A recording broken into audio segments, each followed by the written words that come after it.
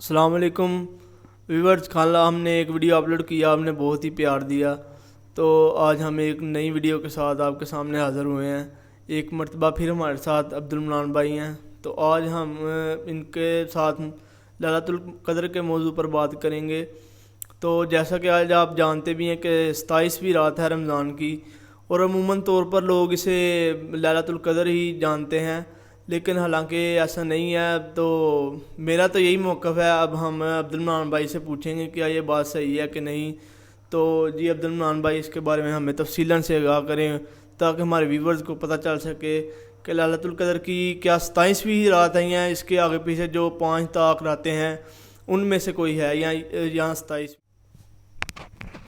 السلام علیکم سامعین، پہلے تو میں یہ بتا دوں کہ پچھلی ویڈیو جو بنائی ہے اس پر آپ نے بڑا الحمدللہ پیار دیا ہے، آپ لوگوں کا بہت زیادہ شکریہ۔ تو اب میں اپنے موضوع کی طرف آتا ہوں۔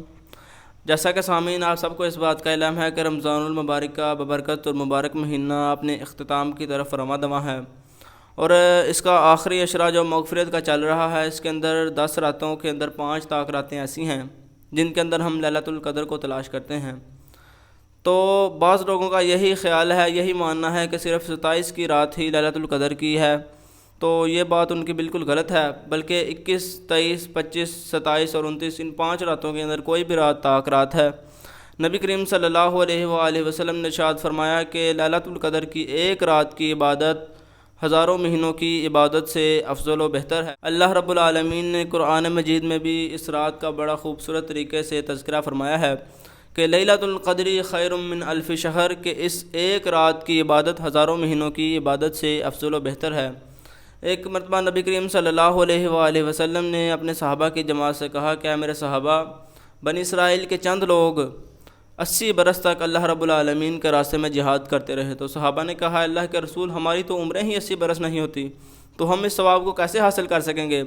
تو اس بارے میں اللہ رب العالمین نے یہ آیت نازل کی تھی کہ لیلۃ القدر خیر من الف شہر، کہ لیلۃ القدر کی ایک رات کی عبادت ہزاروں مہینوں سے افضل و بہتر ہے، یعنی وہ ہزاروں مہینے 80 برس سے زیادہ کی مدت بنتے ہیں۔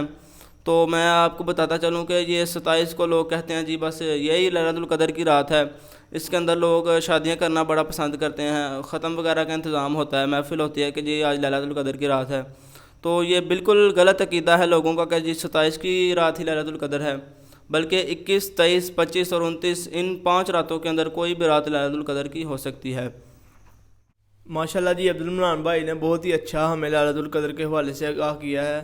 تو اگر کوئی ان سے رہ گیا ہو، کوئی بات رہ گئی ہو یا کوئی ان سے کوئی غلطی ہو گئی ہو، تو خدا ہمیں آپ وہ کمنٹس میں بتائیں تاکہ اس سے ہمیں بھی علم ہو اور آپ کو بھی علم پہنچے کہ کون سی ہماری غلطیاں ہیں یا ہم سے کیا بات رہ گئی ہے۔ اسی طرح ہم آئندہ موضوعات پر بھی ویڈیوز بنائیں گے۔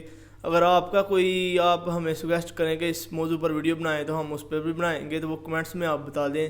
تو آج اسی ہم یہاں ہی اختتام کرتے ہیں، تو ہمیں اجازت دیں۔ اللہ حافظ۔